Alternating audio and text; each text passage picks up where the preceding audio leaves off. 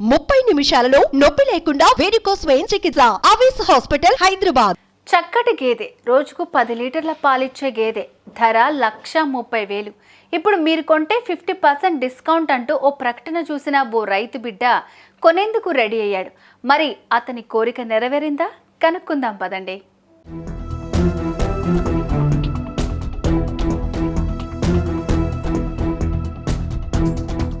Food corn నుంచి bed దాకా అన్ని ఆన్లైన్, సూది దగ్గర నుంచి కార్ దాకా అన్ని ఆన్లైన్. వీటన్నిటికీ ఆన్లైన్లో అద్భుతంగా అమ్మకాలు సాగుతున్నాయి. ఇటీవల గేదెలు కూడా తక్కువ ధరకు అమ్మేస్తామంటూ ఆన్లైన్లో ప్రకటన వచ్చింది.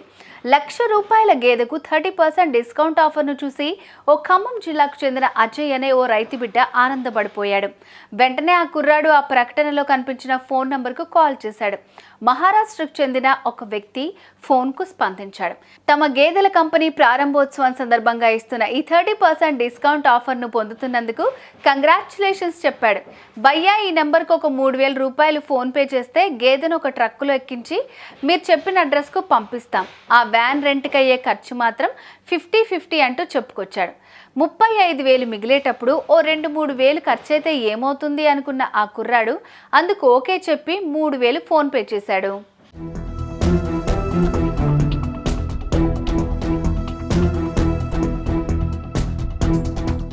వెంటనే మనోడి వాట్సాప్కు వారు పంపబోతున్న గేదె ఫోటోను పంపారు. నల్లగా బలంగా నిగనిగలాడుతున్న గేదెను చూసిన మన అజయ్ మనసు ఆనందంతో గెంతలేసింది. సూపర్ బర్రె, మినిమం డైలీ ఓ 10 లీటర్ల పాలు గ్యారంటీ అనుకుని ఆనందపడిపోయాడు. ఒక రోజు గడిచింది.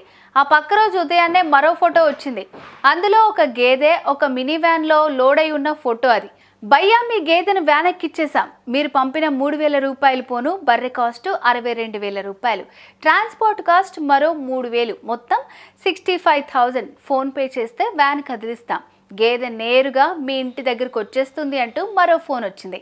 అజయ్ ఈ పేమెంట్ సంగతి ఆయన ఫాదర్కు ఏమాత్రం చెప్పకుండా వారు అడిగిన సొమ్మంతా ఫోన్పే చేసేశాడు.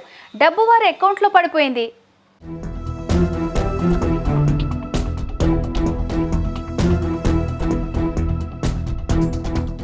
ఈ అమౌంట్ పంపిన కొన్ని గంటల తర్వాత బండి కదిలిందా అని అడిగేందుకు అజయ్ ఆ నెంబర్కు ఫోన్ కొడితే స్విచ్ ఆఫ్ అని సమాధానం వచ్చింది. సాయంత్రం మళ్ళీ ఫోన్ చేశాడు, మళ్ళీ స్విచ్ ఆఫ్. ఆ పక్క రోజు చేసిన ఫోన్ స్విచ్ ఆఫ్. గేదె మాత్రం ఇంటికి చేరింది లేదు.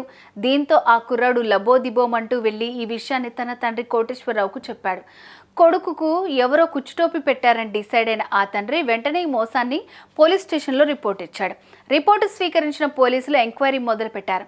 అయితే ఇదంతా కొందరు మోసగాళ్లు చేసే పనిగా, ఒకవేళ వారు పట్టుబడ్డ డబ్బులు వారి నుంచి దండుకోవటం అన్నది ఒక పెద్ద బ్రహ్మయజ్ఞమే అంటున్నారు పోలీసులు.